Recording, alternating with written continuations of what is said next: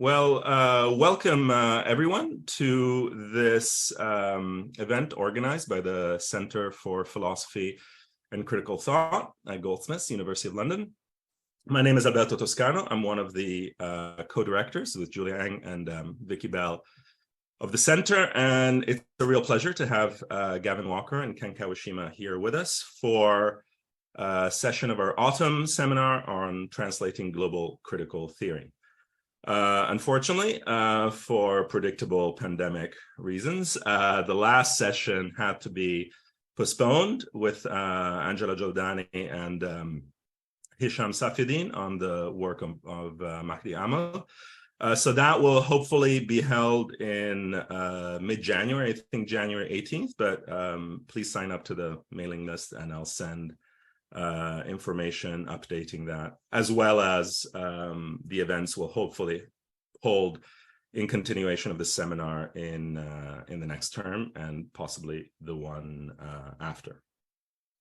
So a couple of words just about the seminar. We organized a seminar under the heading, What is Global Critical Theory? Last year. Seminar, as usual for the center, was run really as a reading and discussion group, sometimes with brief presentations to start.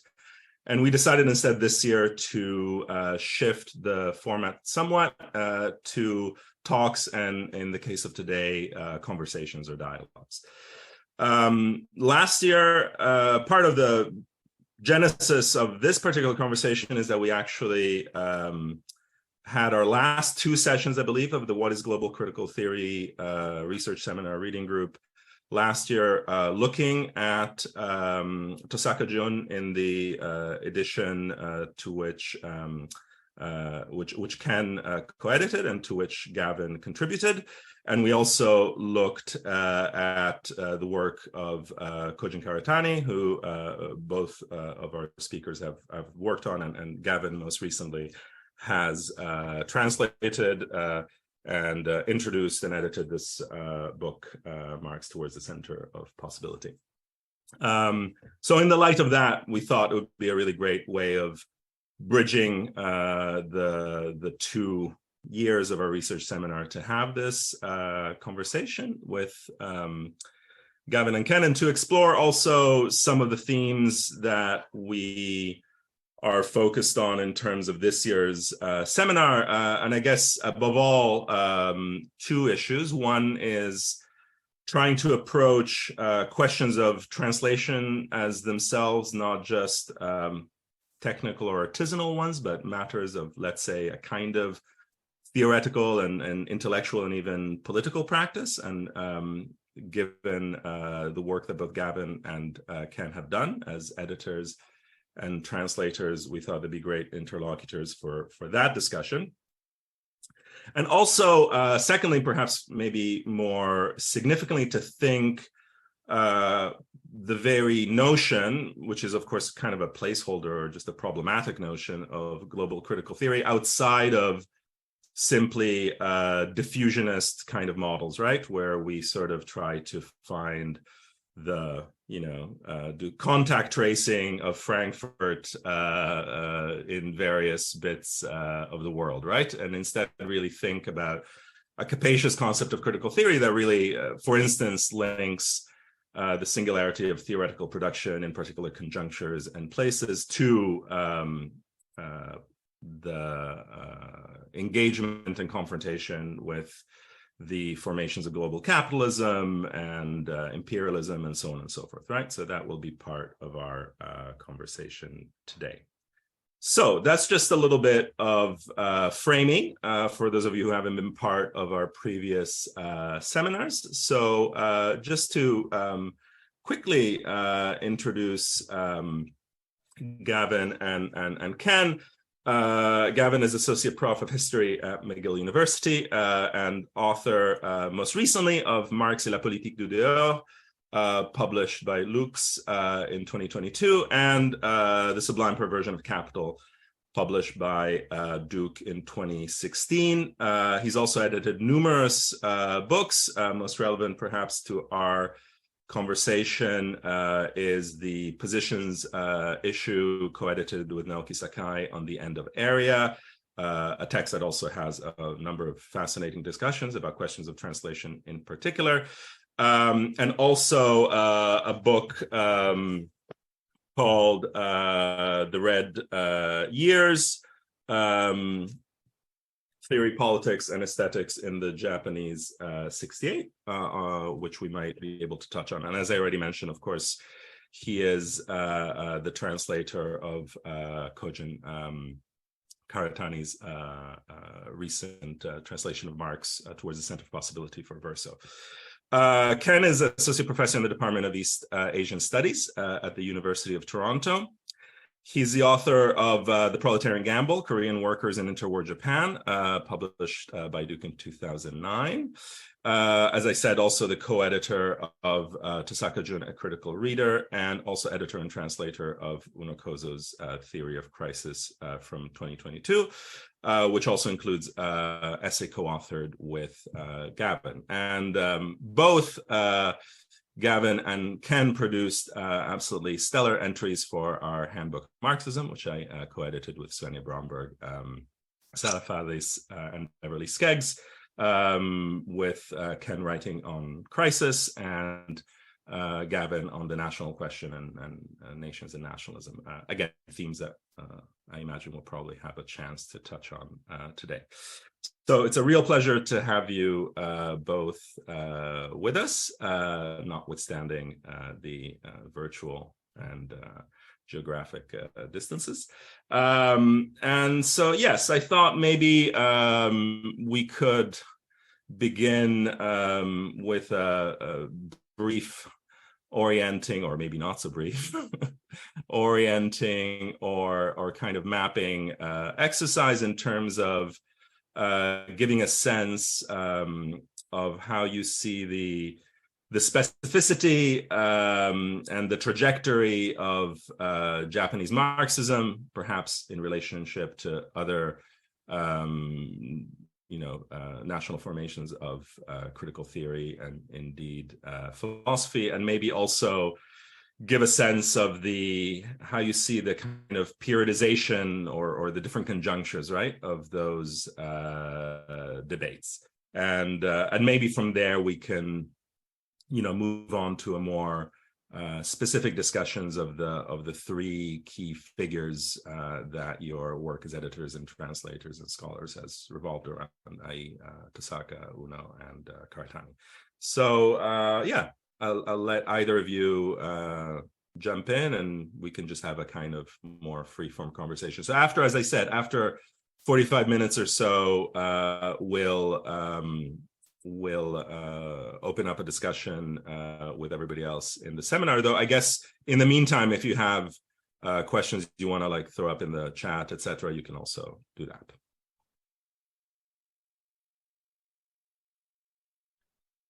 You have to unmute yourself, Ken, unless I have to unmute you. But, sorry, I was going to say, Gavin, I think you should kick it off on historical aspects of Japanese Marxism. Okay. Well, thank you, Alberto, for the very nice introduction, and also just for arranging this. I'm apologize to everybody who's a participant, because I'm actually somewhat ill. So if I,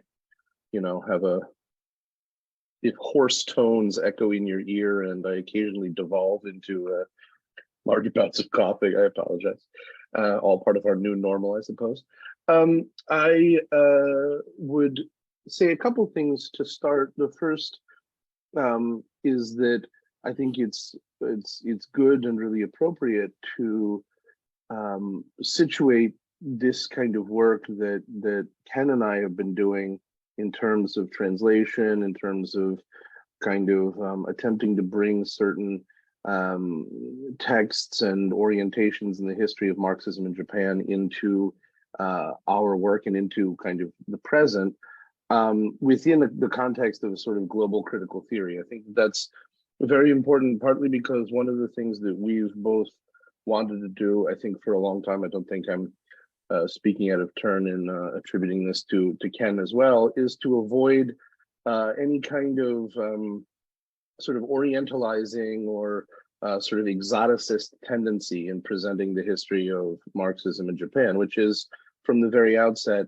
an international and internationalist tradition. I think this is the most crucial thing, because when we present sometimes the very unknown texts in a context in which people have no frame of reference for where these people are coming from, a figure like Tosaka or a figure like Uno or even a figure like Karatani, who's better known, can sometimes be treated in a sort of, very hermetic, kind of quasi-mystical fashion, a secret answer to something coming from the other place. And I think that this is one of the biggest pitfalls in thinking about what we're sort of looking for, so to speak. In other words, we shouldn't be looking to Marxism in Japan to provide us kind of secret perspectives that couldn't be known outside of this particular national configuration, but rather one aspect or one situational glimpse of what are fundamentally international problems. After all,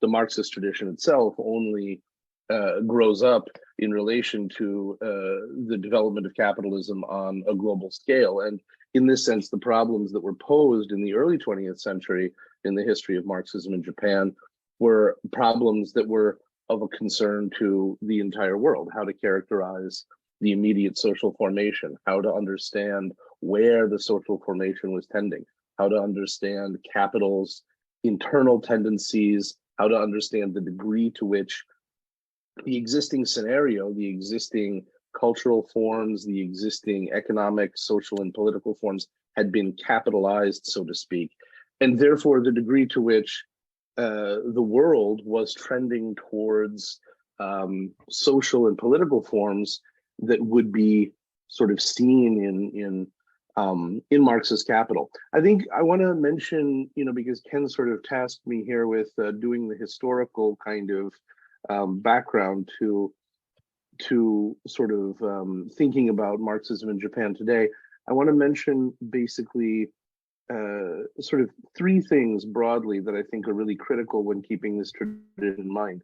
One is that, in contradistinction somewhat to the history of Marxism in Western Europe, where Marxism for its first kind of history, that is from the first Working Men's International through to essentially the aftermath of the Second International and the victory of the October Revolution, Marxism was essentially a kind of form of intellectual orientation that existed principally in politics, principally in trade union movements, principally in associations tasked with thinking of political solutions to the immediate crisis. And Marxism, therefore, was not, for that first, let's say, as much as 60 years, was not really principally a kind of mode of inquiry that would be characteristic of the university. It was very much outside the university. That in Western Europe is much more of a kind of inter and post-war development. But in Japan, it's quite the opposite. Marxism enters into the Japanese case as the sort of forefront of social scientific knowledge. So Marxist capital is taken up not from the outset, although it is, of course, taken up in the social movements. And there is also an existing pre-Marxist socialist, but principally anarchist kind of labor union tradition in the history of Japan, a sort of anarcho-nativist tradition that can be traced back to the millenarian social movements at the end of the Tokugawa period and the breakdown of feudalism. But Marxism enters into Japan in a very unique way in the world, I would say, in that Marx's work immediately becomes seen as the front curve of development, if you like, of global social scientific knowledge. So it's treated from the very outset as a repository of critical social scientific understandings of the nature of our political, economic, social reality. And that results in two things. One, it results in a very high level scholastic tradition which didn't see necessarily the exigency to sort of be a communist in order to develop Marxist theory. On the other hand, it also led to, and this we'll talk about in the post-war period, a kind of internal culture of Marxism in Japan that increasingly saw itself as the most superior Marxist tradition on earth, and therefore didn't have much need actually to engage with the rest of the world. This was a common kind of thing you see in the 1970s, that many theorists and thinkers basically said, it's interesting to read these developments in French and German Marxism, but they're so backward. We were doing all that in the 30s and 40s. And so, I think that aspect of the scholastic entry of Marxism into Japan is very, very critical on the one hand. The other the other kind of really important aspect of this is that from the very outset of, the sort of key development of Marxism in the 1920s and 30s in Japan, there was an enormous work of translation towards Japanese. So Japanese is the first language, for instance, that a collected works of Marx and Engels is published in anywhere in the world, before German, before Russian, before French, before English, published already in 33 volumes in the late 1920s by Kaiserslautern. And this kind of indicates to some extent that there's a strange aspect of the history of Marxism in Japan,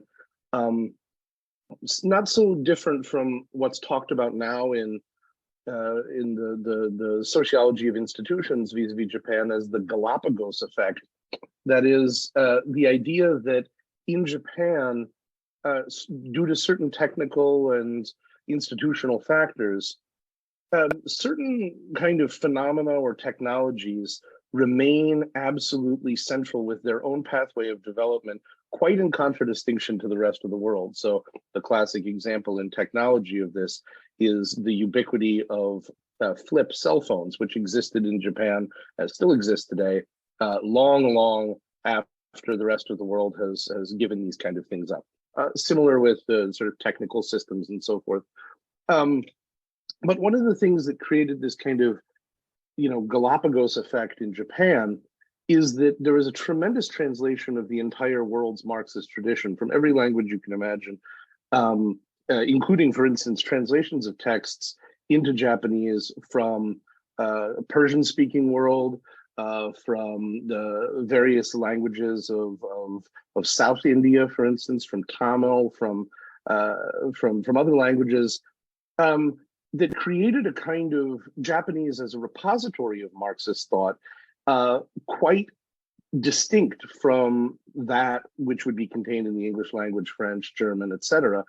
And so when we encounter this kind of tradition later, there's something almost overwhelming about trying to represent it, since rather than being a kind of Japanese Marxism, what we really encounter is a kind of global history of Marxism contained in the Japanese language, and one that is slightly different from the one that we otherwise know. So this, I think, is one of the things that's both very difficult and also rewarding and important about trying to translate and circulate material from this tradition. Now, just to add one sort of very quick other point to this, I think it's also important to say that two parallel trajectories of Marxist theoretical inquiry were really developed in the early years of Marxism in Japan. That is really from 1922 and the foundation of Japanese Communist Party to 1937. And this is kind of a first period, let's say, of Japanese Marxist publication. 37, after 37 being the point at which it wasn't really so advisable to advertise the fact that you were a Marxist in Japan until the end of World War II and 1945. During this period between 22 and 37, two really parallel kind of trends emerge. One very much historical, associated with the so-called debate on Japanese capitalism, essentially a debate on the character of the mode of production and how to understand the Japanese social formation. Was it a fully capitalist state? Was it a state politically overwhelmed with the remnants of feudalism?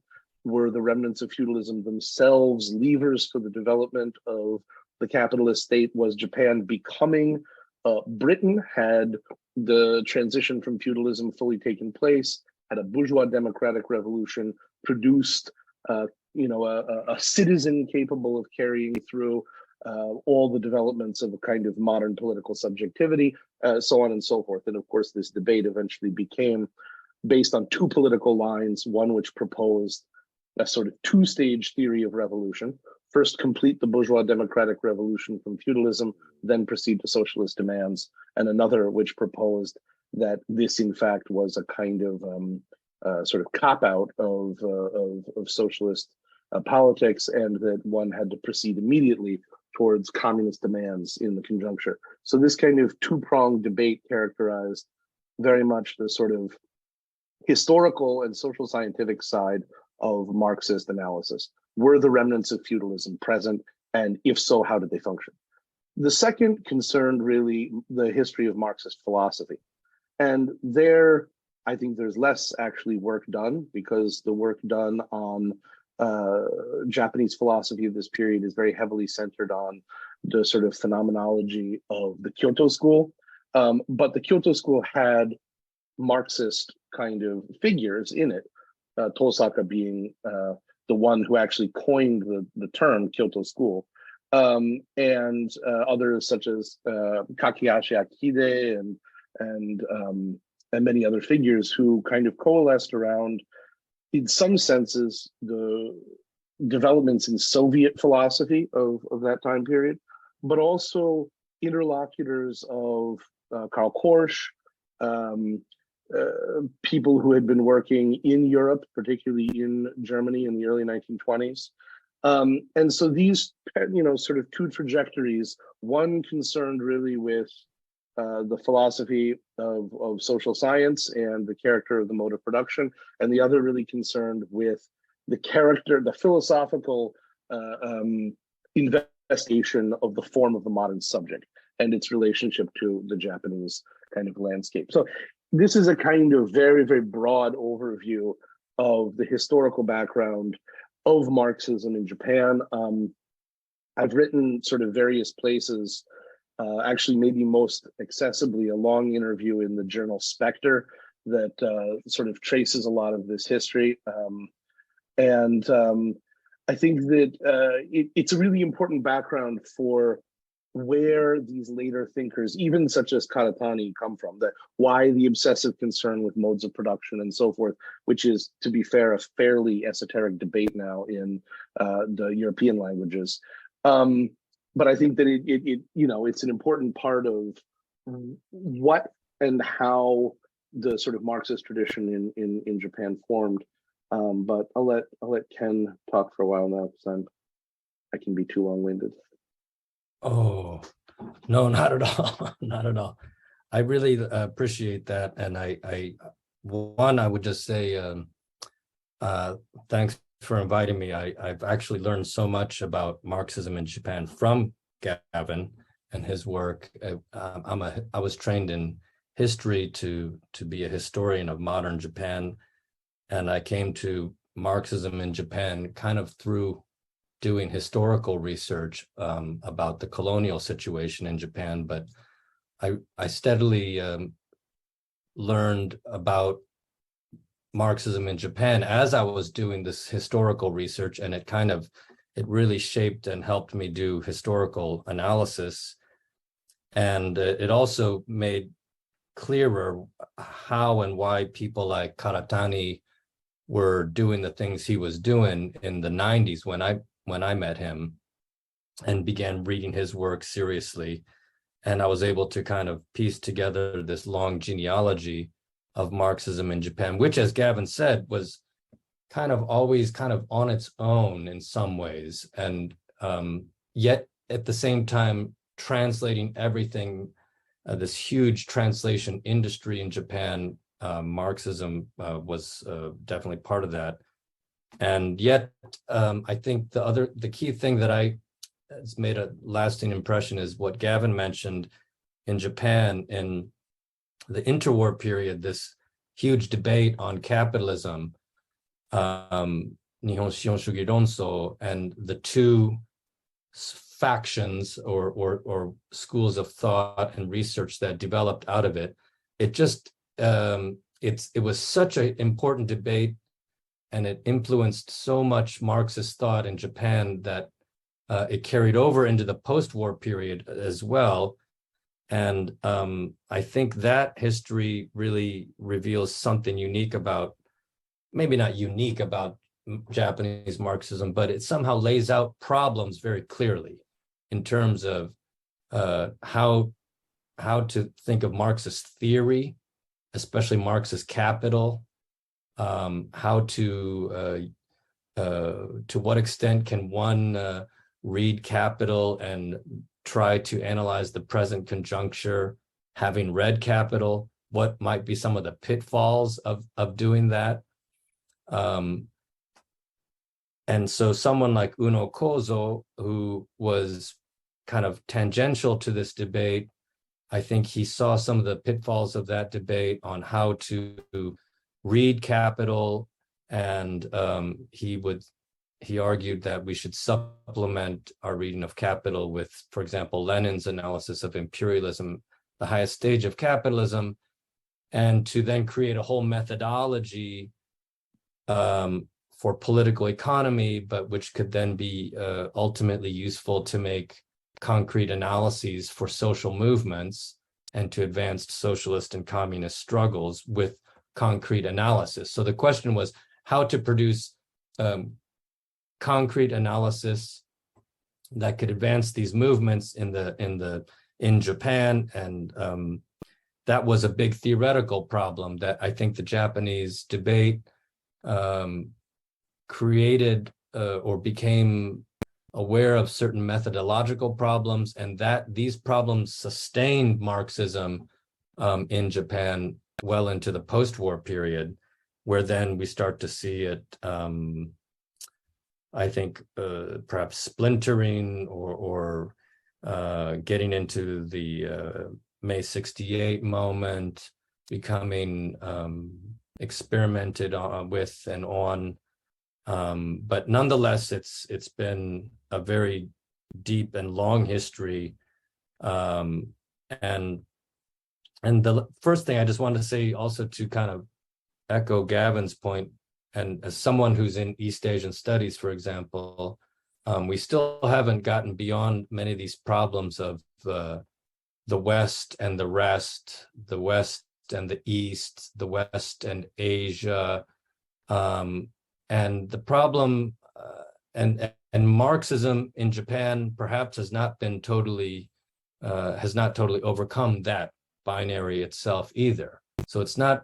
So we shouldn't simply think of Japanese Marxism, as Gavin said, as some, holding some Oriental exotic secret. That we should see it as in the world, in the international tradition of Marxism.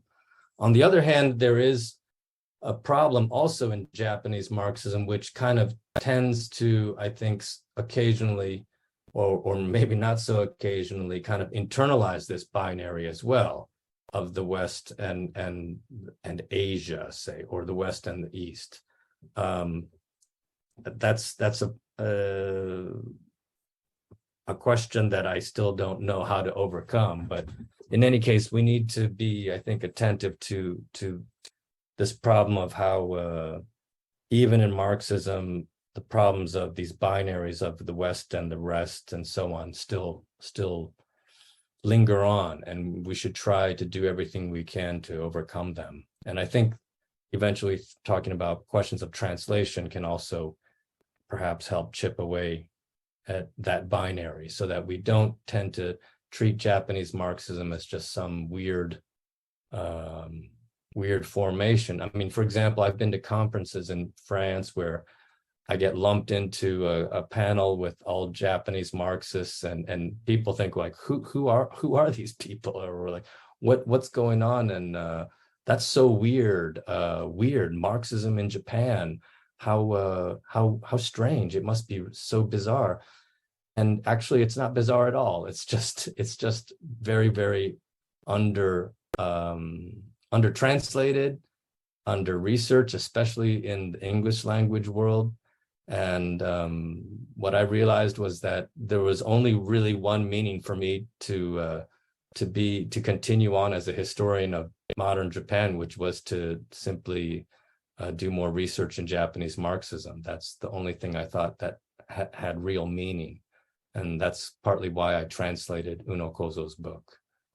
But hopefully it won't get orientalized as as it tends to have been. Thanks so much, both of you. I mean, maybe we can move to some of the figures and works that your own practice as editors and translators has focused on. And I was thinking in particular, because of your comments, Ken, on the persistence of the Orientalist or exoticizing optic and the West and the rest dichotomy, etc., how often that has been threaded through discussions of modernity, right? And of course, you've both been in dialogue with the very formative work of Harry Harootunian, and how that question of both modernity and everyday life plays a role in the Japanese context. So I was thinking in particular, maybe of starting off the discussion, also because roughly chronologically it works as well, with the work of Tosaka in particular. And there's something very striking, right, about that volume that you've put together, and Ken, with your co-editors Fabian Schaffer and Robert Stoltz, and to which Gavin contributed a long essay on Tosaka's film theory, and you've written on his theory of the police function, right? So you've put together a kind of constellation of themes, which of course I imagine also to some extent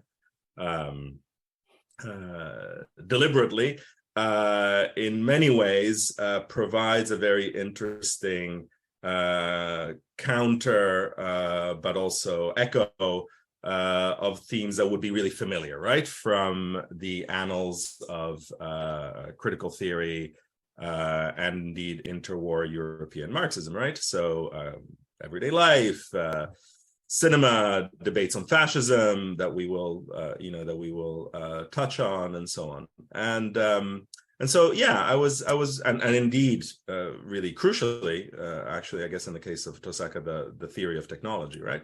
So I was just wondering if you could draw out, maybe of that volume and of his work, how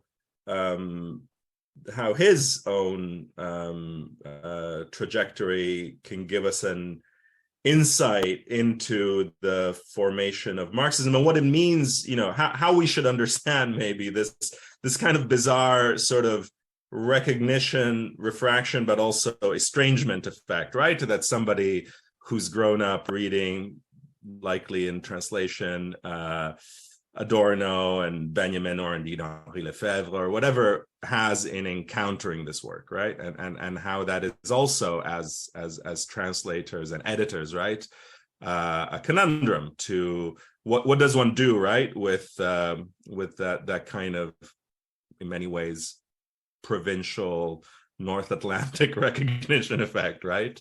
It's like, like you could see both the exoticizing and the sort of anecdotal, right? Oh, look, people had similar ideas, or were they influenced by, et cetera, et cetera. So I was wondering if you could speak to the questions that we've dealt with, but specifically via Tosaka's work, who's I think of the figures even the least well known, right? I mean, Kōzō, Uno Kōzō is been discussed, albeit, as you very well show, in a very partial and in many ways distorted way for a while. And of course, Karatani, certainly since the publication of Transcritique, and also the kind of reception of that in the work of Zizek and others has also been, kind of more prominent. Whilst I think Tosaka remains like an enigma of sorts for a lot of North American and European commentators.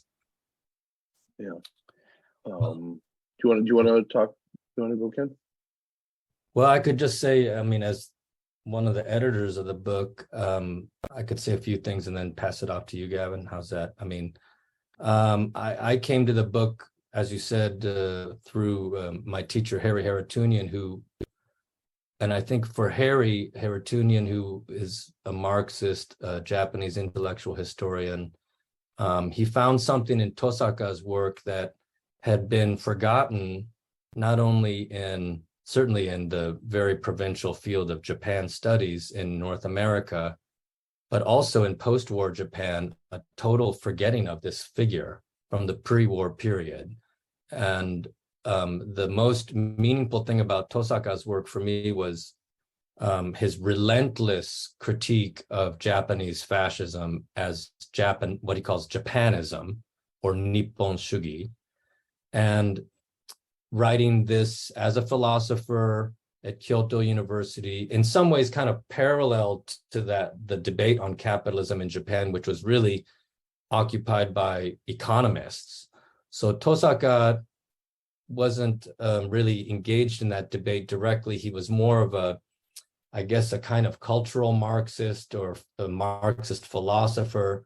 But his lasting critique for me was his identification of problems of fascism within everyday life, problems of fascism understood as this ideological formation of Japanism revolving around the uses of archaicisms to basically legitimize the role of the emperor as the kind of point of Japanism and fascism understood in that way. And the other thing I would say about Tosaka was that he was trying so hard, tragically, because he was imprisoned and then died in prison in 1945, but he tried so hard to also think about problems of fascism and capitalism and imperialism in Japan and in the Japanese Empire, but he was always trying to think about Japan, in his phrase, in the world. And so he always tried to not fall into a kind of national history, I suppose, of problems in Japan, to recognize that Japan was just one link in the world.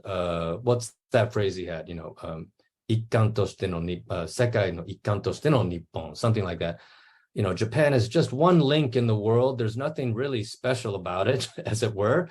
But what is happening here is this heavy ideological production of Japanism, understood as the essence or the essential thought of fascism in Japan. And the final point would be that I think one of the greatest parts of Tosaka's analysis of Japanese fascism is it's how it emerges out of a milieu of what he calls cultural liberalism. And so he really wants to, what does he mean by cultural liberalism? He says liberalism, of course, has its economic aspects in laissez-faire, has a political liberalism, but he argues that by the 1930s, in Japan, there starts to proliferate a kind of what he calls a cultural liberalism, where we could say it's similar to many problems we have now, a kind of pluralistic cultural formation. If you want to be a Nietzschean, go ahead. If you want to be a Buddhist, go ahead. If you want to be a Japanist, okay, we will somehow tolerate all of these things. He's saying that the milieu of the 1930s, especially after the invasion of Manchuria, he sees this cultural liberalism proliferating, and it's out of that this thought of Japanism really gains legitimacy and a foothold, and can really then kind of dominate the intellectual scene. So the analysis of everyday life, fascism, Japanism, liberalism, and Japan in the world. He's one of the few who really went so far. He was also a philosopher of science. So he brought all of these elements together, and his work is, I think, truly great. And it's hopefully more of us will read it. So it's exciting that Alberto, you and your crew picked it up. Gavin? I'll just sort of piggyback on a few things that Ken said. One sort of historical note, and then maybe a little bit about current projects related to Tosaka, because there are actually a bunch. Tosaka, like Ken mentioned, Tosaka's position is a very kind of interesting and strange one. I think, Alberto, you touch on something very important in this sort of homology that Tosaka's work presents with the sort of Weimar critical theory origin kind of space, this the urban facade, the cultural practices of everyday life that emerge through the modern subjectivity centered on boredom, the nature of the physiognomy of the city as this key to the sort of possibilities of the metropolis, and all of this related, of course, to the factory system and to the nature of capital's tendency to force upon us strange forms of cooperation, right? So Tosaka is absolutely legible in that way, and I think that both makes him extremely interesting and an interesting bridge, so to speak, to the a kind of an easy starting point for thinking about the development of these parallel trajectories of critical theory in Europe and what would eventually become something like critical theory in Japan. So as Ken mentioned, Tosaka was began actually as a student of another very important figure, Miki Kiyoshi. So he wasn't a direct student exactly of Miki Kiyoshi, but Miki was sort of his kind of idol in a way. In the early period, he was 4 years behind Miki at this famous the first higher school in Kyoto, which was a kind of feeder high school for the elite students to go to Kyoto University. And Miki was essentially a figure very, very influenced by Heidegger, very influenced by Husserl. That was sort of the milieu that Tosaka was coming up in. But what really distinguished them is that Tosaka began to be interested not at all in sort of, theoretical philosophy, so to speak, but in something very much that we would see as at the origin of cultural studies. He became very interested in crowd psychology. He became very interested in fashion, for instance. He has actually very, very interesting texts on fashion, clothing, the appearance of bodies. He has texts on sort of the figure of the film goer, the figure of the department store shopper. So he becomes interested very quickly in all of these sort of extremely new forms of modern subjectivity that had emerged in Japan and that characterized this really intense modernity compressed between, a kind of moment when if you went, 300 miles north of Tokyo into like Aomori or somewhere, you would still find a village, like kind of mountainous village that basically seemed to be more or less straight out of feudal times. And this temporality overlapping with the time of the shopper of Shiseido Cosmetics in a department store who's eating food from Europe and then going to see Hollywood film in Technicolor. He was very interested in the kind of production of unevenness. We would talk about it in this way now of, as you mentioned, Lefebvre or, figures like this, and how that unevenness became really a ground, like a very, very fertile ground not only for progressive political projects, for Marxism, for the trade unions and so forth, but also for fascism. That unevenness became an extremely fertile landscape in which Japanism could flourish. In this way, there was something very, very close to the Frankfurt School analysis in Tosaka, in that he never saw fascism as an archaism. He never saw fascism as some kind of, outgrowth of traditionalism and like, some fantasy of the ancient past. He saw it quite rightly as one response to the modern sort of crisis of subjectivity and so forth. And that fascism in that sense was a modern present production and not something that one could just say, you see, this is a vestigial nonsense of the ancient past or what have you. So Tosaka really began from there, and I think that that's really important. Tosaka's work should be much more widely known. That's for sure the case. Rob Stoltz, who was one of the editors with Ken of that book, has now finished the translation of Tosaka's big major work called The Japanese Ideology. Obviously playing on Marx's The German Ideology. And hopefully this will come out relatively before too long. There are also translation projects to translate at last some of Tosaka's other texts. So really, he has at least 3 other books that are very important, the lectures on contemporary philosophy. Like Ken said, the late collection, the Sekai no Ikan Toshite no Nihon, the Japan as one link or one site in the world. And also 2 really important collections, one on literature, a book on literature, and another book on what he called thought and custom. And thought and custom, Shisoto Fuzoku, in my view, is a really, really important book in which he really tries to produce a kind of Marxist cultural theory of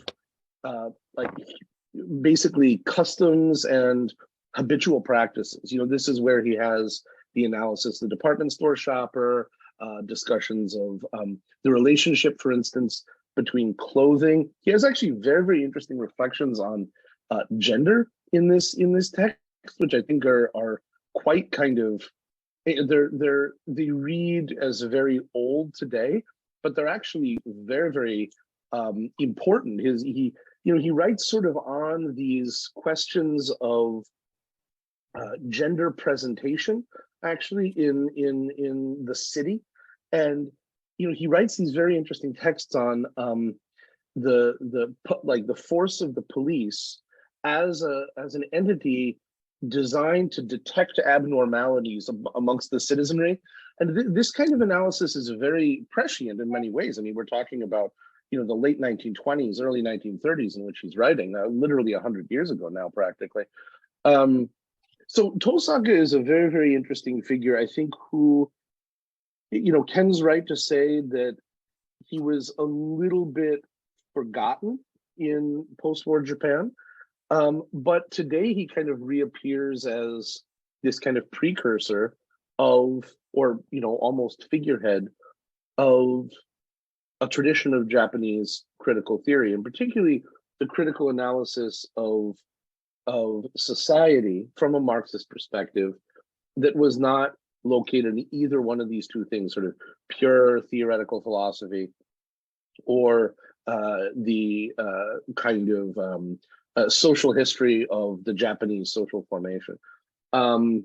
So yeah, and I think, Alberto, you're right, to go back to your point about the sort of, dangers in a way. There is a danger that this homology between Tosaka and, the sort of Weimar culture that, produced this set of concepts that we associate with the kind of origin point of critical theory and so on, it could be dangerous in the sense that it could be an easy way to sort of deracinate Tosaka and take it out of another trajectory of thought and just sort of become like a little sort of supplement, shall we say, global supplement to this same political orientation. But I also think it can be a very, very interesting kind of wager of another type that says, in fact, we have the tendency to think that that particular concatenation of factors that characterize the Weimar landscape, culturally, politically, economically, in terms of architecture, in terms of, we tend to think of those as, some kind of like German moment. But in fact, it's perhaps the case that rather than Tosaka being an outlier, he was he sort of testified to the fact that this was a global cultural moment, and that in fact that Weimar took place many other places, right? So I think that I would hope could in part be how Tosaka is taken. I think the 1920s in Japan are a really important time of global mass culture. We tend to think of Japan notionally as this place sort of off the edge of the map near Pluto or what have you. But at that time, of course, there weren't that many sort of grand capitalist powers on Earth. And in fact, Japan was one amongst a handful. So weirdly, the kind of cultural developments of the 1920s, 30s mass culture in Japan were really global developments themselves, even contained within, its own borders, so to speak. And I think Tosaka's perspective was always deeply internationalist in that sense. He never used Japan as some kind of explanation, like, haha, this is a Japanese cultural practice, therefore the question is sorted out. He said, no, this is a cultural practice formed out of the substance of modern capitalist society's confrontation with the state and the uneven temporality of modernity. And it just so happens that this is taking place in Japan, but you somewhere else could learn from it too. And I think this aspect is very, very critical with Tosaka. Yeah, I would say also sorry. Go ahead, Ken. Go ahead. Just one last thing. What I also thought is so great about Tosaka is when he talks about these questions of custom and thought and mass culture. Yes, and noticing these uneven relations between these vestigial feudal remnants, hyper-modern cultural formations. One way he tries to explain that is by saying that these are problems of capitalism in its imperialist stage. So he goes a step further and not just says it's about capitalism, but really about this specific stage of capitalist development called imperialism, and he's trying, I think, to carve out a space to supplement the analyses of, say, finance capital, which he talks about a lot when he talks about the invasion of Manchuria and so on. So he's trying to bring these things together so he doesn't simply become a theorist of modernity only, I would say, but thinking of modernity as this unevenness between the modern and the feudal remnants, but how do we encapsulate that? It's a problem of imperialism, of capitalism in its imperialist stage. And in that way, he kind of, I think, was trying to also, was also overcoming some of the methodological and theoretical limitations of the debate on capitalism in Japan that Gavin mentioned and wrote about so much, that perhaps he found some position to kind of go beyond some of those limitations, and arguably because he was a philosopher of science. He wrote another book he wrote was on the theory of space. So he would be so he was always interested in questions of space and spatiality.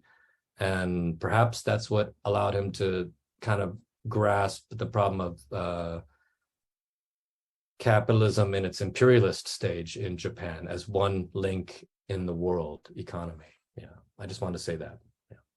No, that's great. I wanted to follow on from that and maybe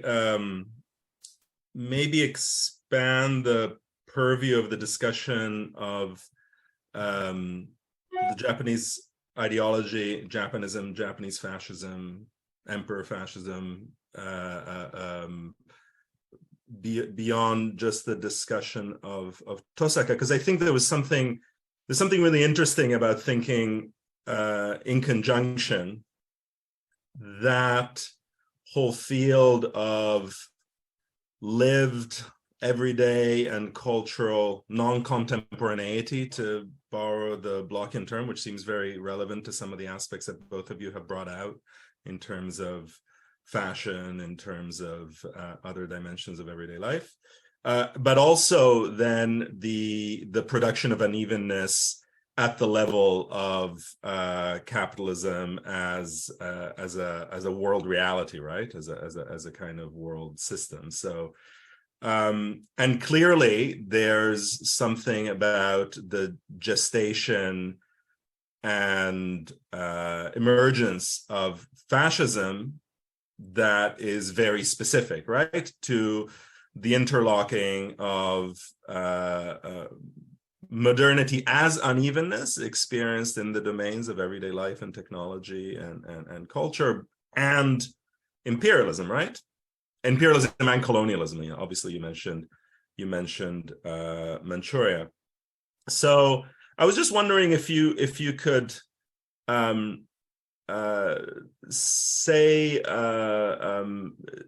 explore a little more, like how you see that debate about fascism unfolding in the trajectories of Japanese Marxism, also after the war, right? Because I was thinking in particular, I was really struck in trying to find different and more productive non-analogical paradigms for thinking through fascism today. I was really struck by some comments that Karatani makes in History and Repetition, not just his effort to refunction and really philosophize the category of Bonapartism, which I think is fascinating in its own right in his reading of the 18th Brumaire, but specifically an interpretation he makes starting from the work of Maruyama Masao in one of the essays in History and Repetition.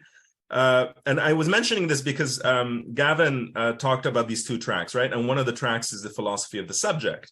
And there's a really, to me, very fascinating moment in Karatani's essay when, sort of interpreting or paraphrasing Maruyama, he makes this point about the specificity or the difference, let's say, right, of Japanese or emperor fascism or Japanism vis-a-vis its European counterparts, having to do with the question of subjectivity. And I was wondering maybe if we could that way open up onto Karatani as well. And he says this: Japanese fascism lacks the single charismatic subject who possesses a unified will. Instead, and I thought this is a great metaphor, like the portable shrine carried at a festival, it is carried forward by someone until a certain stage, then passed on to someone else at the next stage.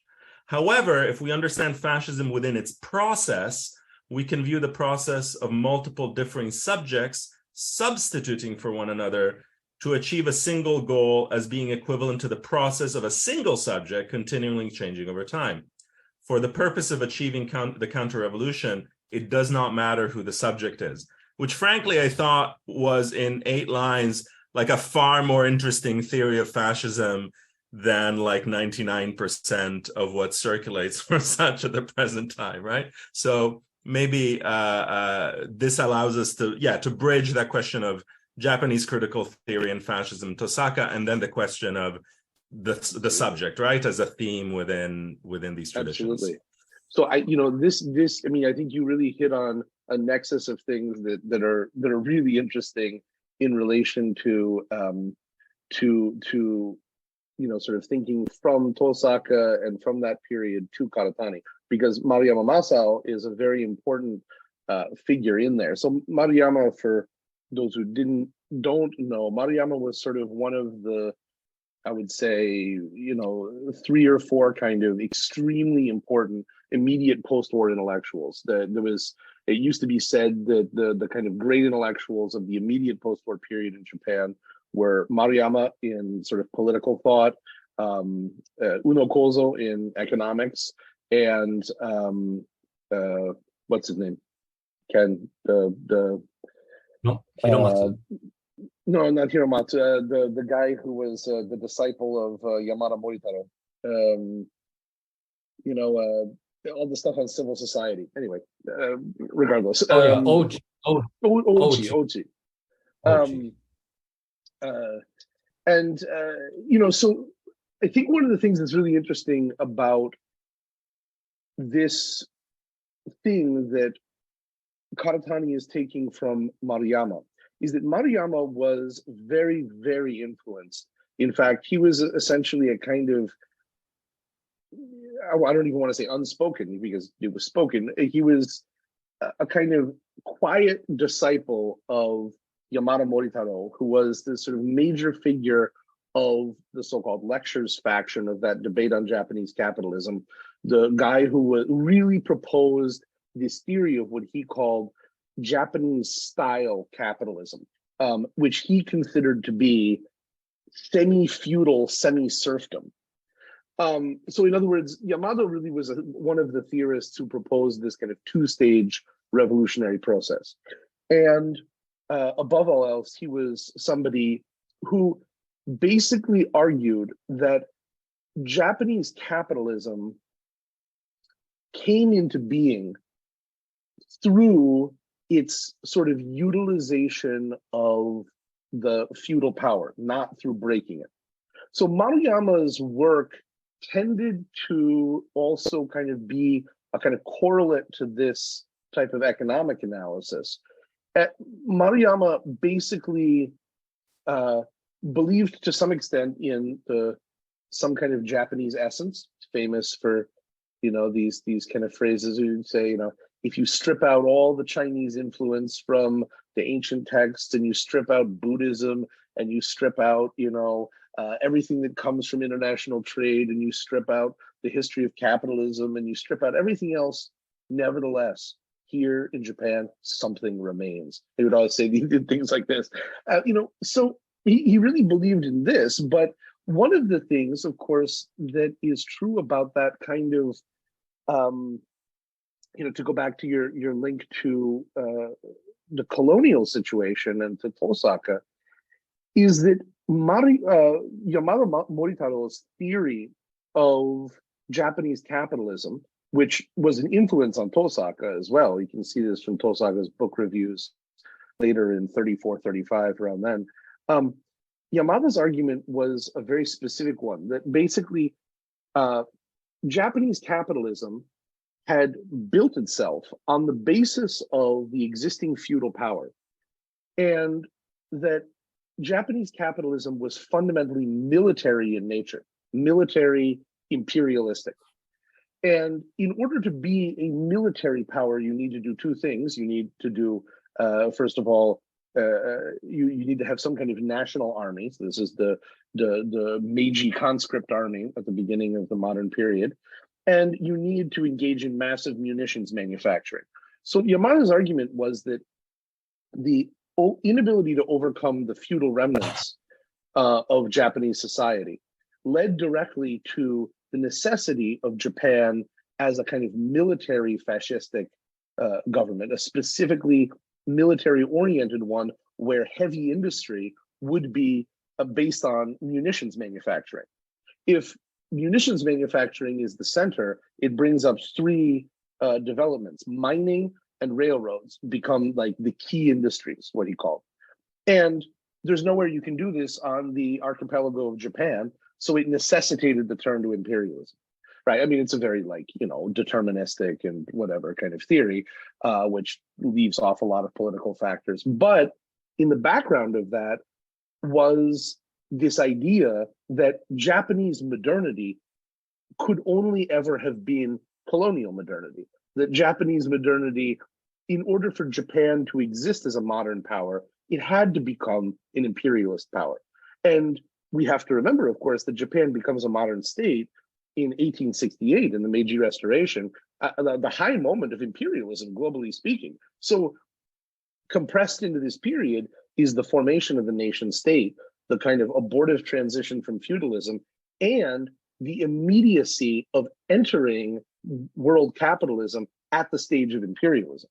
So in other words, this idea for kind of became genericized even in people like Maruyama, who said, actually, Japanese subjectivity never passed through the capitalist stages of mercantilism and liberalism. It just entered imperialism. So we don't actually have a modern Japanese subject. This, this kind of idea was somewhat Maruyama's idea.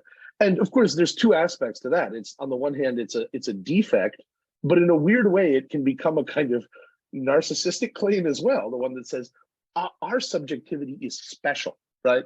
It's partial, but that partiality gives it our dynamism or what have you. Unevenness as a feature rather than a defect. I think when you mentioned this interesting thing about Karatani and his theory of that kind of the fascist subjectivity as this kind of the portable shrine that can be passed between others, it is actually, it's not a mistake that Maruyama came up with this idea of the shrine.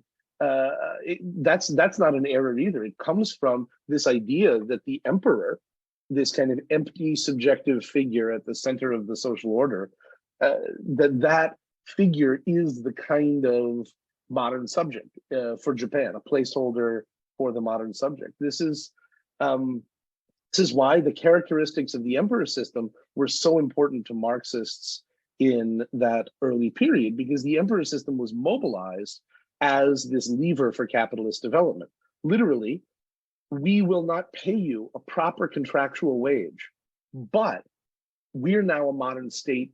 You have to do it for the emperor.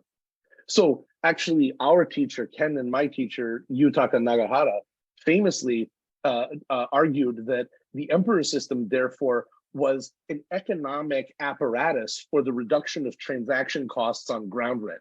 That's really the function of the emperor in modern Japan. And it's a very convincing argument.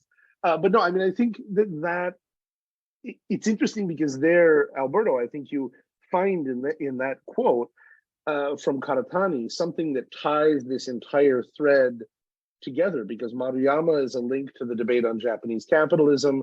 The discussion of fascism is a link to Tosaka. This is the analysis of fascism in Japan has always had to be necessarily related to the analysis of capitalism and the analysis of imperialism, because this is the ground from which Japanese style fascism emerged. It didn't emerge later. It emerged in the high point of the Japanese Empire.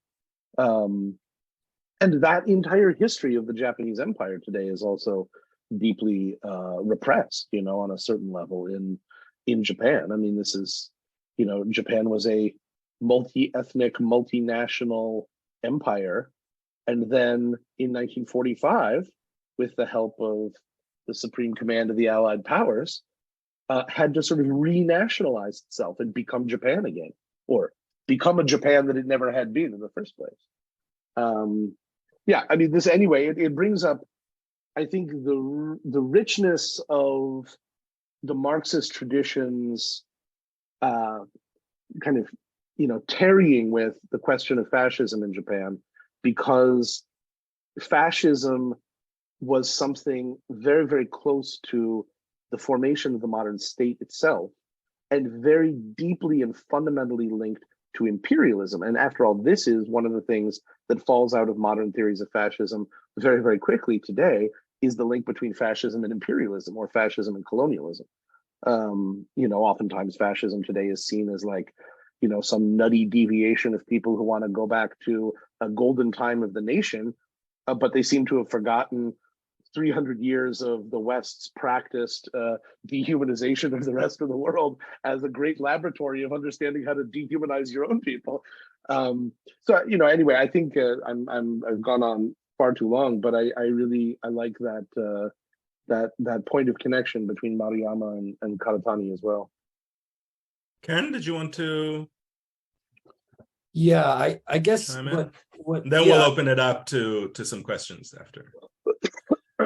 Sure. I mean, what's still an open question is, I mean, I think with Tosaka, he doesn't want to reduce the problem of fascism in Japan simply to the state only, that he's trying to discover its viral infectious force in problems of, we could say, some aesthetics of the nation.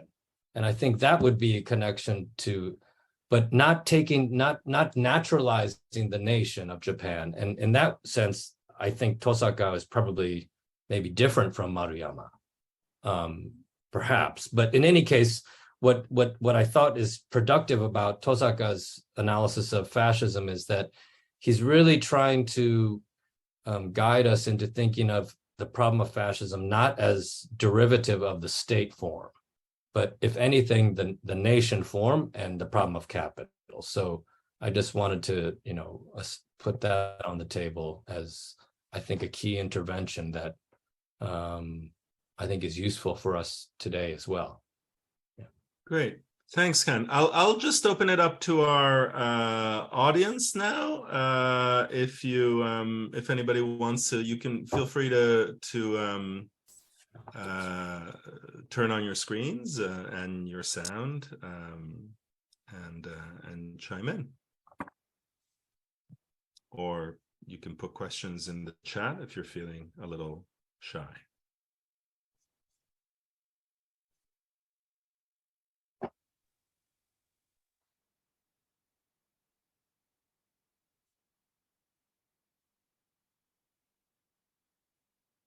Svenja? Yeah, I mean, maybe I just want to say a word of appreciation. I mean, for me, this was a missing link in a lot of ways. First of all, I think us having read and discussed Tosaka's work last term, I think today's discussion was what I was missing then to really understand. And I think, we did, like, I don't know, like for me, it was like this searching and discovering bit, and that was useful in its own right. But I think today, like, the contextualization and also being able to position just seems so important if we want to appreciate these texts and kind of get to a depth that sometimes for me is precisely the difficulty in entering into a different kind of geographical context, and to try to not end up myself also orientalizing or feeling also that it's too different to be able to grasp what's at stake. And so I just wanted to say I really appreciated all your elaborations, also for another reason. I mean, for me, Uno Kōzō, like, I remember all these HM panels where I was kind of tempted, but then also thought, oh, this is just the value theorists, and I don't know if they will have anything to, like, if that's the space or that's the debate I want to enter into. And so I've kind of not really engaged with that work. And so I think I have a question as well, maybe in a moment, but for me, like, this was just to say, like, in general, it allows me to kind of look at that work as well, I think, with a different lens. And I think discussing Tosaka Jun and Karatani last term has already done that for me in its own right, like by looking at the text and discussing them in this seminar, kind of to understand also the breadth of Japanese Marxism that you've now gone over again. That and almost like what you've done now, almost to me suggests something that I got quite frustrated with, kind of working within a tradition of Althusserian Marxism or within kind of political Marxism, that I feel almost in Western Marxist discourses, somehow we've created these schools, and often there are these barriers between these different schools, and you get lost in debates that are very limited to precisely like what is the meaning of philosophy within Althusserianism and so on. So we go over those debates over and over, but actually what you've done now to stage a kind of conjunctural reading of the different traditions also made me rethink a little bit what we mean when we say we want to do materialist analysis, and maybe also makes me rethink a little bit like the challenge of working with a historical materialist method that precisely in a way demands that we take the conjunctural dimension very, very seriously, but also to see this kind of universal dimension that, yeah, for me emerged in how you identified kind of the global as well, and how it emerged in those works. Wow, thank you, Svenja. That's it's like really. I think you're absolutely right, and I especially like the point you make at the very end about the what should we say, the universality of the conjunctural. The need to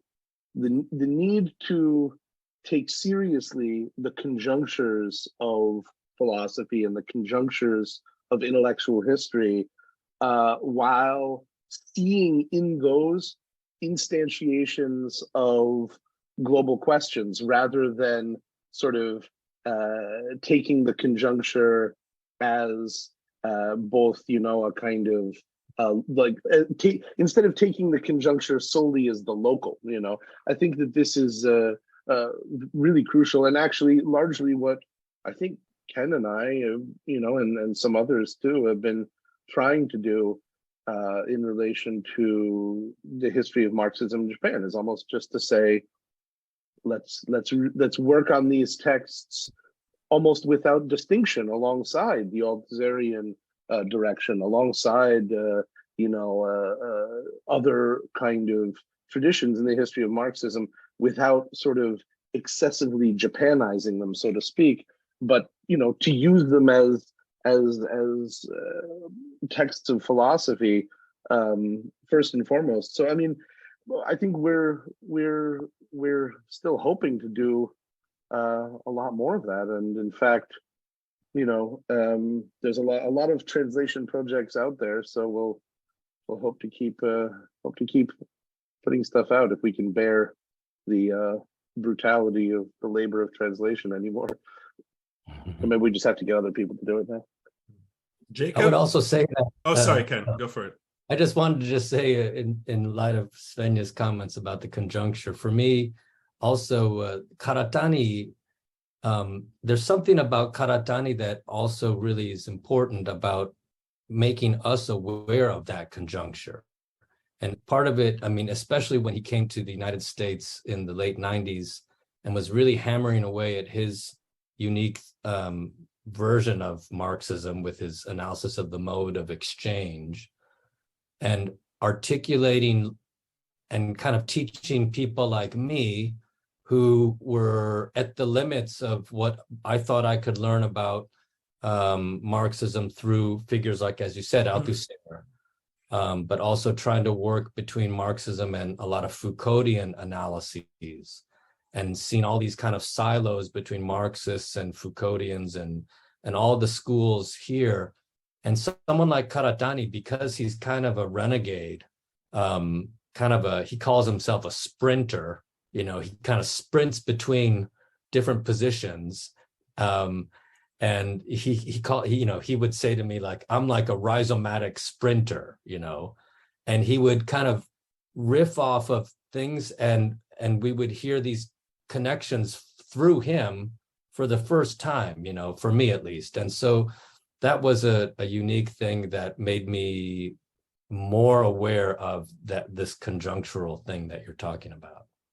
So. Yeah, I mean, I think it's also really interesting in light of that to reflect about all of the mechanisms, the dispositifs, as it were, of closure and reification, right, in intellectual and political life. I mean, you mentioned the nationalization of Japan in the post-war, but we can think of, in a sense, like if you read across traditions, right, if you read Mariátegui, if you read Gramsci, if you read a lot of the work in the 30s, partly obviously because it's threaded through very different intellectual circuits, it's threaded to the histories of the various internationals and so on. there's a level of breadth and scope and generosity and curiosity about different but coeval, right? Like conjunctures and national formations, etc., which, in comparison to which, a lot of supposedly global theories turned out to be like shockingly parochial, right? And I think that's also, I think the work that you've done, really brings that to the fore, and also, to the fore a kind of need, right, to not just to engage in, of course, which is vital, right, in practices of translation and editing and dialoguing, etc., but also to break these like extremely potent silos, both the macro ideological West and the rest, Orientalism, etc., but also a lot of supposedly critical traditions actually have terribly nationalist unconsciouses or presuppositions, right, that are difficult to break apart. But I'll just I'll pass it on to Jacob, who had his hand up before, but the hand's gone down, probably timed out. Jacob, do you want to? Sorry, yeah, I just do we have time? Hi. A quick Yeah, go for it. I also hesitate because I think that you've just kind of been answering this the whole time, actually. But it's slightly a question about translation and language in a way, which I just found very compelling, that metaphor of thinking about Japan as being a link in the chain of nations in a way. Was that what it was? That Japan is a link in the world. A link in the world, precisely. And I wonder how much. Well, I wonder how much that metaphoricity kind of holds in this kind of description of a perspective on the world from these particular writers. How much they think of this particular world perspective from that kind of, I guess, local conjuncture we've just been talking about, and as a kind of link. Is that a very direct translation, or does that metaphor kind of exist in the original? Oh yeah, that's in the right, Gavin? I mean, Sekai no Ikkan, it's one link. Ikkan. One link in, or one ikkan, one, not quite a part, but kansetsu no kancho, kansetsu no kan dakara ikkan, one, it's basically a link. No, exactly. I mean, so you would say it, it literally, like, machine translated, it would be something like Japan as a part of the world. But this a part is the same word that you would use to indicate one link in a connected chain, or one step in a like machinic process or something like this. So it means something like Japan as one instantiation of the world, one place in which you can grasp the world. And I think that that's the aspect of I think that that's also a testimony to the incredible cosmopolitanism of pre-war Marxism in Japan. I mean, it's sort of ironic that we tend to think of pre-war Japan as this kind of dark and awful place that invaded the Asian continent and took this emperorist and horrific sort of jackbooted direction in political life. But in fact, when you think about those intellectuals of 1920s, I mean, nothing was translated. They literally had to be, in order for them to engage with the work that they did, they all just went to Europe. I mean, they all ended up in places like Heidelberg and Paris and wherever, and they read completely in French, German, Italian, English, Russian. They had no choice, because this was so. In fact, they were incredibly cosmopolitan in their sort of educational formation, and they saw, I think, as a result of that, they saw what they were doing in Japan as linked to these traditions that they had sort of been formed in. They didn't see their work as kind of to produce a kind of Japanese supplement to European Marxism or something like this. They saw themselves as interlocutors, and Japanese simply as the local linguistic system that they would use to be interlocutors of this material. Of course, nothing in the reverse pathway has ever really happened, in the sense of this work, remains fairly unknown outside Japanese language. But yeah, I think that getting also some of that, early 1920s sort of intellectual cosmopolitanism of Marxism in Japan was very important, because post-war Marxism lost quite a lot of that in Japan. And I think that's something that Karatani, for instance, has often talked about, that he feels himself to be an inheritor of that pre-war Marxist tradition in Japan rather than the post-war one. I think that it's a very important aspect of why we ought to study the lesser known tradition, let's say. Are there any other questions or comments from there's a question about psychoanalysis from Jean. Was there in these different moments that we've talked about, interwar, post-war? I mean, obviously, once you get to Karatani, that's clearly in the mix. But in terms of the earlier, the work of Tosaka, or in the debate, in the post-war debate, is there? I don't think so. I mean, among the Marxists, I imagine there's people who are translating and reading. Oh, definitely. And discussing, and in fact, Freud already quite early on, but. That's right. And they're in fact, Freud and the analysis of Freud's work does become a significant part of the history of philosophy in Japan, linked to certain figures of Kyoto school as well. But it's not really until the post-war period, psychoanalysis in Japan, in the way we're thinking of it here, not, in other words, not clinical, but kind of psychoanalysis as a cultural analytic, that really comes in the 1960s and 70s through the translation of Lacan's work, and particularly through the whole development of sort of so-called French theory in Japan, which is a very, very important history. I mean, in a certain sense, critical theory in Japan by the post-war period is another global development of that kind of French theory tradition that we see coming out of, the Johns Hopkins conference and things like this. But there, that trajectory of Lacanian becomes its own school.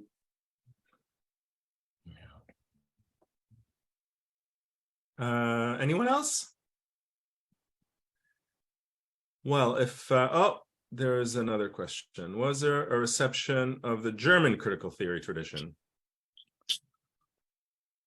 Or what kind of role does I think critical theory proper? Not as much. Not as much. I mean, unless we were to think about critical theory in a very, very expanded sense that, like I said, went back to that pre-Frankfurt kind of.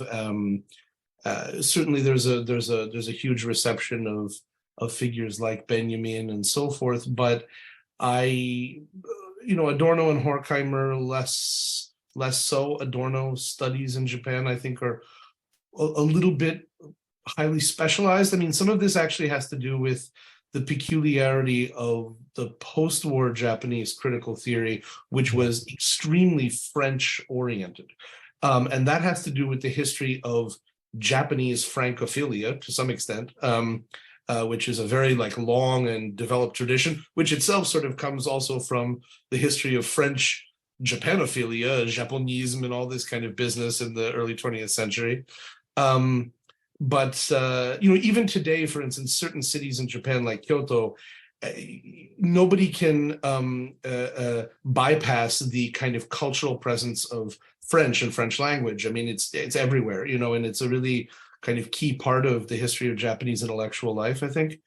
So that may have conditioned this as well, that, the German social theoretical tradition was very, very strong in the early 20th century, in part because literally the state is modeled after the Prussian constitution, actually, so literally Japanese law in the Meiji Constitution is modeled on the system of German jurisprudence of the late 1800s. But there isn't a huge reception of the sort of critical theory in the style that we would associate it with the work of the Frankfurt School. I don't think, anyway.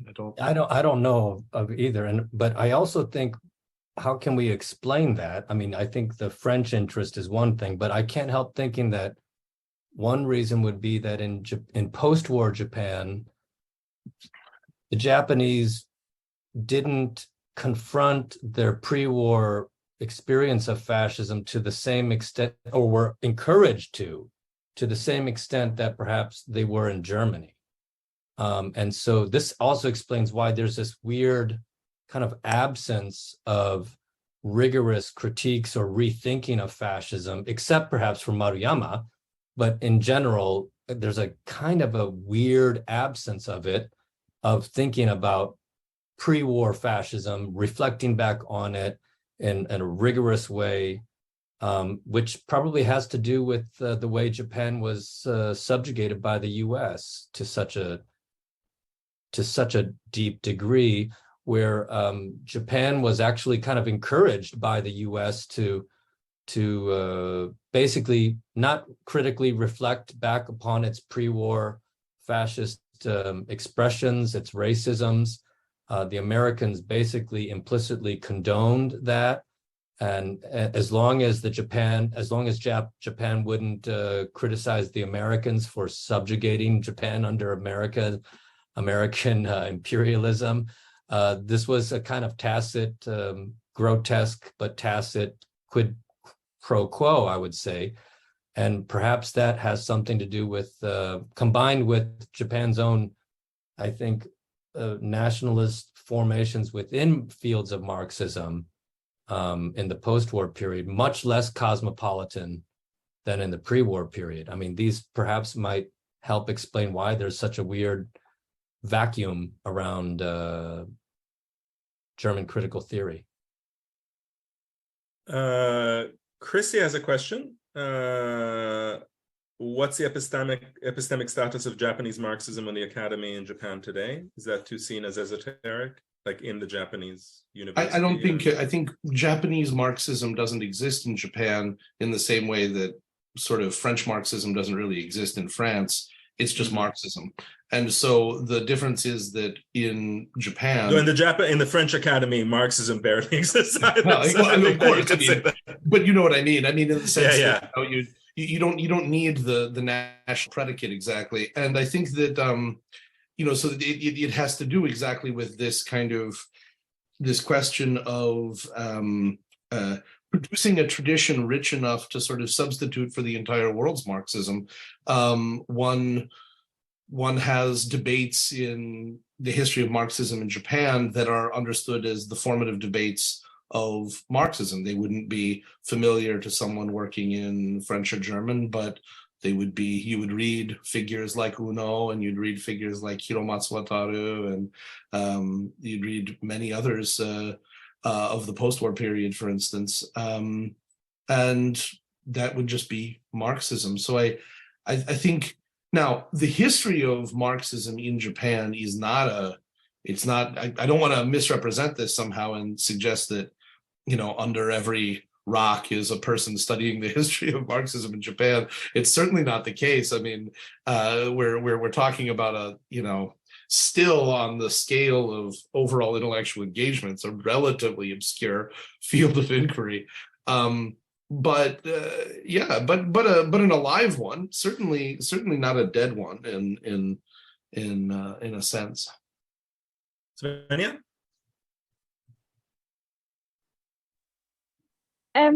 Yeah, I guess it was like just a tangential thought, and it's actually related to Chrissy's question a little bit as well, because I was wondering specifically, we've kind of, I think, talked around 68 quite a bit, but I was wondering, like, is there a similar, because when we think about Marxism in France, we often think of 68 as this turning point where after the Red Years, we had like a complete kind of delegitimization in a way, coming from political but also theoretical directions. And I was wondering, in Japan, did you kind of think about that in relation to the work you did around the specific moment of 68, or is there something notable around the development of Marxism afterwards, or the role of 68 more generally? Gavin, you should take that. Well, I think actually, just as in the French example, I think you're absolutely, it's precisely the same in Japan. The 68 is very much a turning point, particularly if we take 68 in Japan as a very kind of long period in a sense. I mean, almost lasting until, I would say, 1972, 73. And what happens in 72, 73 is both this very notorious end of the United Red Army group in this mountain lodge where they take the innkeeper hostage and have a sort of big shootout with the police. And after this is revealed all of these horrors that had taken place in their camps around the mountainous sort of regions of Japan, where they had these sort of struggle sessions and basically beaten their comrades to death, charmingly, over how to become a good communist, so to speak. So this was kind of this brutal end to the armed struggle organizations, for sure, coming out of 68, but it also inaugurated a new moment. So the groups that came out of this were kind of much more underground. There was the Japanese Red Army, who went to Palestine, of course, and fought in Black September in Lebanon, and then who established themselves in the International, etc. The groups that remained in Japan in the 70s after that period were very obscure. The East Asia Anti-Japanese Armed Front, very famous, but very, very odd group, focused on ecological questions and the history of Japanese imperialism. They bombed lots of Mitsubishi Corporation buildings throughout the 70s and 80s. But what happened as a result, of course, was that this marked really an end, I think we can say, for the primacy of Marxist philosophy and social theory.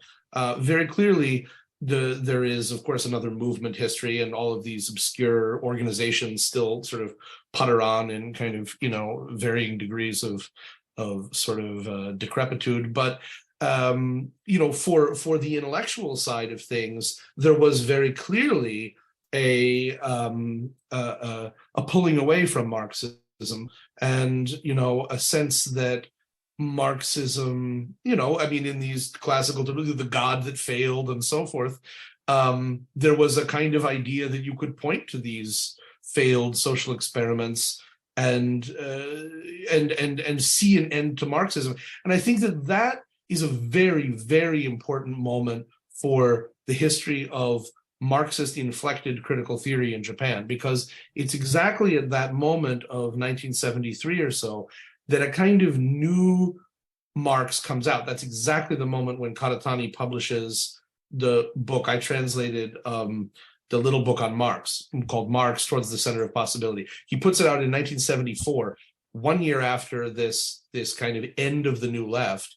And it's a reading of Marx, which is based on semiotics, deconstruction, reading Derrida, this kind of stuff. It's not in any way anymore a reading of Marx that says, here is the thought that carries forward the armed struggle in the countryside. This couldn't be further from Karatani's type of reading. So, but I think that in a way it freed Marxism in Japan for kind of like a new moment. Where Marx would become this figure of some kind of expanded notion of critical theory, rather than a tradition deeply linked to this history of Marxism in Japan. I think Karatani's book also marks a point of real departure from that tradition. So I think it's very clear that almost an identical process to that of you know, sort of certainly of Europe and North America and elsewhere takes place in Japan as well after 68. Yeah, you see a kind of Marxism that, I mean, I think a lot of the 68 movements, from what I've understood, they were mostly the factions that ended up tragically fighting each other. They were all pretty much outside the official JCP parameter, more or less. Is that not, I mean, that's not mistaken to say, right? I mean, they pretty much were getting fed up with 20 years of basically JCP parliamentary politics, not seeing it move forward left enough and fighting outside the party. And I think that then that fails and comes to its own limits. And that's when Karatani tries to rethink a different perspective, to reread Marx without those hangovers, basically, or hang-ups, and not to get bogged down in, I suppose, the parliamentary politics that a lot of official Marxism in Japan, especially in the JCP, was enmeshed in. And so that's where we see a kind of very, very powerful anti-state kind of rendition of Marxism in Karatani's work, and also identifying with, you know, he kind of identifies also with some strains of anarchism too. So that somehow is the beginning of some different period. Yeah. Well, on that note, thank you so much, both of you, for an absolutely illuminating and rich conversation. Thank you. That could have gone on for many hours. And on that note, maybe you and Ken can just stay on the call after we finish. So thanks everybody for joining us. We'll please, if you haven't already, though I imagine you have if you're here, sign up to the mailing list on the cpct.uk website. That way you can get all of the details about next term's series of meetings, which will include the postponed session on Mahdi Amal and Marxism in Lebanon with Hisham Safiuddin and Angela Giordani, and then other sessions to be specified. Yes, so thanks everybody, and thank you. Thank you, everybody. See you next time.